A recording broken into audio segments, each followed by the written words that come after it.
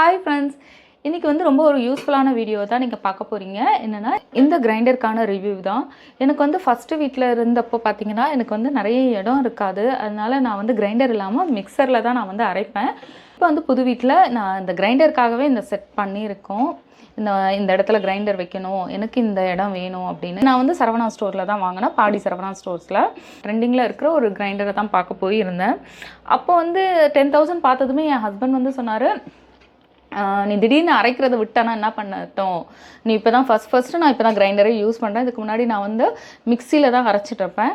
So நீ விட்டுட்டேன்னா என்ன பண்ணுறதுன்னு சொல்லிட்டு நாங்கள் சரி கம்மி பட்ஜெட்டில் போகலான்ட்டு போனோம். அப்போ அங்கே இருந்த சேல்ஸ்மேன் அண்ணாவே இதை எங்களுக்கு வந்து சஜஸ்ட் பண்ணார். இதோடைய ப்ரைஸ் பார்த்திங்கன்னா 3,123. உங்களுக்கே வந்து ஷாக்கிங்காக இருக்குல்ல? ஆமாம், எனக்கும் வந்து ரொம்ப சர்ப்ரைஸாக இருந்தது. விலை கம்மியாக இருந்தாலே அது ஒழுங்காக வேலை செய்யாதோன்னு நமக்கு டவுட் வருது. அந்த மாதிரியே பழகிட்டோம். எனக்கும் அப்படி தான் தோணுச்சா. அப்போ தான் வந்து அவர் சொன்னார், இது வந்து கிரைண்டர் ஆரம்பித்த ஆரம்ப கட்டத்துலேருந்து இருக்கிற ஒரு பிராண்டு, ரொம்ப நல்லாயிருக்கும், இதை நீங்கள் வந்து கண்டிப்பாக வாங்கலாம் அப்படின்னு சொன்னார். அதனால சரி ஓகேன்னு நானும் இதை வாங்கிக்கலாம்னு டிசைட் பண்ணிட்டோம். இதில் என்னென்ன இருக்குங்கிறத நான் காட்டுறேன். இதில் பாருங்கள், இது ஃபஸ்ட்டு இந்த மாதிரி ஒரு மூடி. இது பார்த்திங்கன்னா இது வந்து மாவு அரைக்கிறதுக்கு, அதாவது இது வந்து கோதுமை மாவு இது பண்ணுறதுக்காக. மாவு இதில் போட்டுட்டு தண்ணி எவ்வளோமோ போட்டுட்டு எவ்வளோ வேணுமோ தண்ணியை போட்டுட்டு இதை நீங்கள் ஃபிக்ஸ் பண்ணிட்டீங்கன்னா உங்களுக்கு சூப்பராக மாவு வந்து பிசைஞ்சு கொடுக்கணும்னு சொன்னாங்க. அப்புறம் வந்து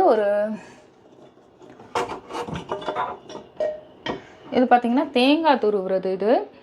இதெல்லாம் இந்த அட்டாச்மெண்ட் எல்லாம் மற்ற கிரைண்டரில் வந்து எக்ஸ்ட்ரா காசு நம்ம பே பண்ணால் தான் கிடைக்கும்னு சொன்னாங்க. பட் இதில் வந்து இது எல்லாமே சேர்த்து வந்து அந்த 3,000 சம்திங் அந்த அமௌண்ட்டு தான் வருது. பார்த்திங்கன்னா இந்த கல், இந்த ஸ்டோன் பாருங்கள், நல்லா கொஞ்சம் வெயிட்டாக தான் இருக்குது. பட் எடுத்து நம்ம கழுவலாம், அந்த அளவுக்கு தான் இருக்குது. இது ட்ரம்மு, நம்ம எப்பவும் போல் இது எடுத்துடலாம். சரிங்களா?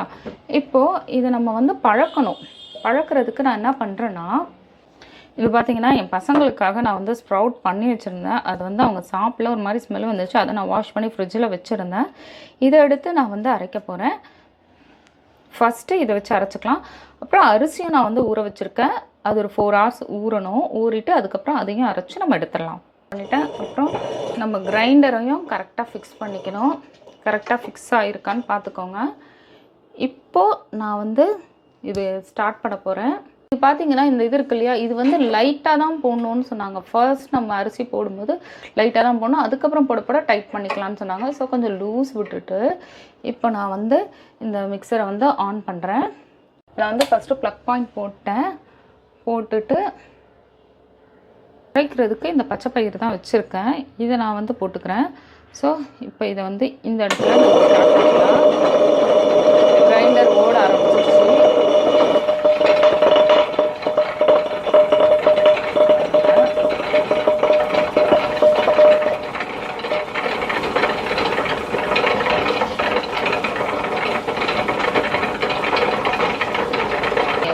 தண்ணியை ஊற்றிக்கிறேன்.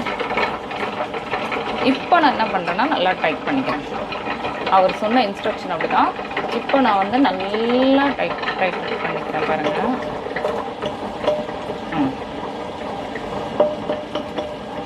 நல்லா ஃபுல் டைட்டு வச்சாச்சு.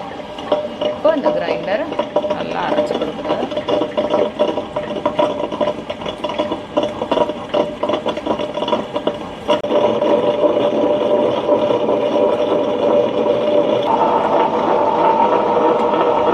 இது அரைச்சி முடிக்க எனக்கு ஒரு 10 நிமிஷம் தான் எடுத்துக்கிச்சு. பாருங்கள் எவ்வளோ கருப்பாக இருக்குது பாருங்கள்.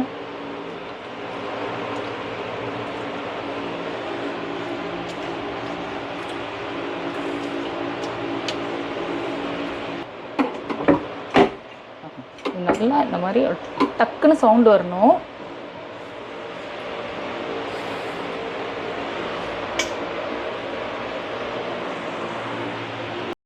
இந்த பருப்பு அரைச்சதை நான் கொட்டிடுவேன். அதுக்கப்புறம் இப்போ அரிசியும் ஒரு 4 மணி நேரம் ஊற வச்ச அரிசியும் போட்டு அரைக்கிறேன். இதையும் கொட்டிடுவேன். அப்போ தான் அதில் இருக்கிற மண் பிசுறு எல்லாமே வந்து வந்துடும். நம்ம அடுத்தது வந்து அரைக்கும் போது நல்ல மாவாக அரைச்சிக்கலாம்.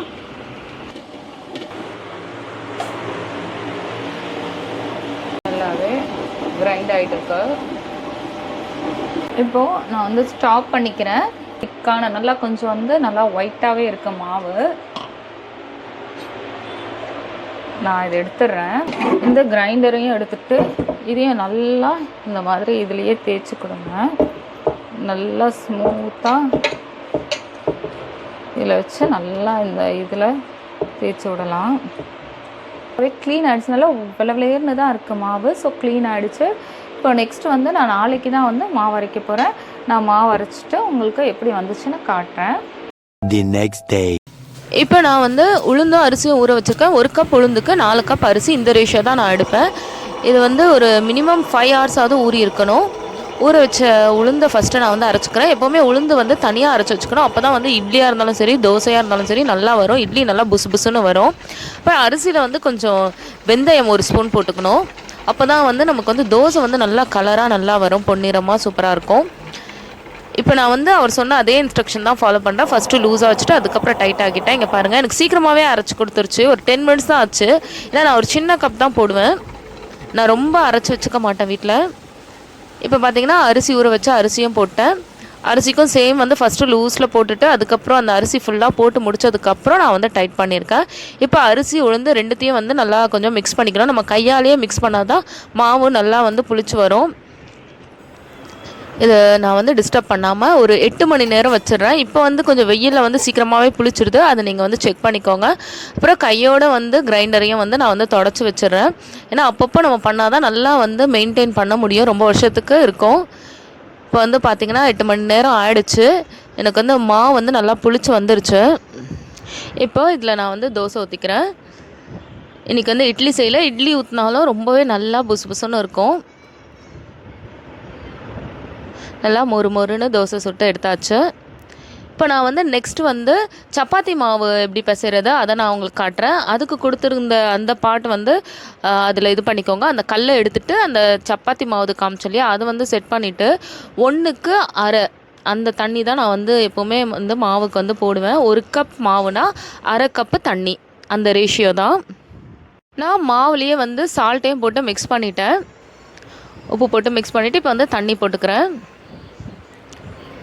தேவையான அளவு தண்ணியை போட்டுட்டு நம்ம நெக்ஸ்ட்டு வந்து இந்த கிரைண்டரை வந்து ஸ்டார்ட் பண்ணிடலாம். இதுக்கும் பார்த்திங்கன்னா எனக்கு ஒரு 5 நிமிஷம் தான் ஆகுது. நல்லா நிச்சயமாக சொல்கிறேன், அவ்வளோ சூப்பராக வந்தது இந்த சப்பாத்தி எல்லாமே. என் பையன் கூப்பிட்டு எப்போவுமே இல்லாத அளவுக்கு ரொம்ப சாஃப்டாக இருக்குது அப்படின்னு சொன்னால், அந்த அளவுக்கு நல்லா இருந்தது. என்ன இந்த ஒரு கிரைண்டர் மட்டும் க்ளீன் பண்ணணும். நம்ம எப்படியோ ஒரு பாத்திரத்தில் நம்ம வந்து பிசைஞ்சால் அதை வாஷ் பண்ண மாட்டோமா, அந்த மாதிரி நினச்சிட்டு நம்ம அது கிரைண்டர் வந்து சின்னதாக தான் இருக்கும். 3 லிட்டர் கிரைண்டர் இது. ஸோ இது வந்து இங்கே பாருங்கள் நல்லா சூப்பராக சுற்றுது பாருங்கள். நல்லா சுற்றிட்டு வந்துருச்சு. இப்போ நம்ம ஃபுல்லாக வந்து அதை அப்படியே எடுத்துடலாம். கொஞ்சம் லைட்டாக நான் வந்து கையில் எண்ணெயை போட்டுக்கிட்டேன். எண்ணெயை போட்டுட்டு அதை ஃபுல்லாக எடுத்து கொஞ்சம் அப்படியே நான் வந்து மேலோட்டமாக எண்ணெயை போட்டு அப்படியே பிசைஞ்சு வச்சுட்டேன். இது எல்லாத்தையும் எடுத்துடுறேன். இதுலேயும் கொஞ்சம் மாவு அங்கங்கே ஒட்டி இருக்குது. இதெல்லாம் எடுத்துடலாம். நல்லா அப்படியே ஈஸியாகவே வந்துடுது மாவு, போய் அதில் ஒட்டிக்கல. இங்கே பாருங்கள், இந்த தண்ணி ரேஷியோ கரெக்டாக இருக்கும். இங்கே பாருங்கள், மேலே கொஞ்சம் லைட்டாக நான் எண்ணெயை தடவிட்டு அது சும்மா நான் கொஞ்சம் அது பால் மாதிரி உருட்டி வச்சிடுறேன். லைட்டாக இந்த மாதிரி உருட்டி வச்சாலே போதும். மாவு சூப்பர் சாஃப்டாக ரொம்ப நல்லா இருந்தது. எனக்கு ரொம்பவே சாட்டிஸ்ஃபைடாக இருந்தது. இந்த கம்மி ப்ரைஸில் இந்த மாதிரி ஒரு கிரைண்டர் வித் இந்த மாவு பிசைகிறதோடு வந்து கொடுத்துருந்தது. ரொம்பவே ஹாப்பியாக இருந்தது. எனக்கு வந்து ரொம்ப பிடிச்சிருந்தது. நல்லா அரைச்சி கொடுக்குது. அதிகமாக ஹீட்டும் ஆகலை இந்த கிரைண்டரு.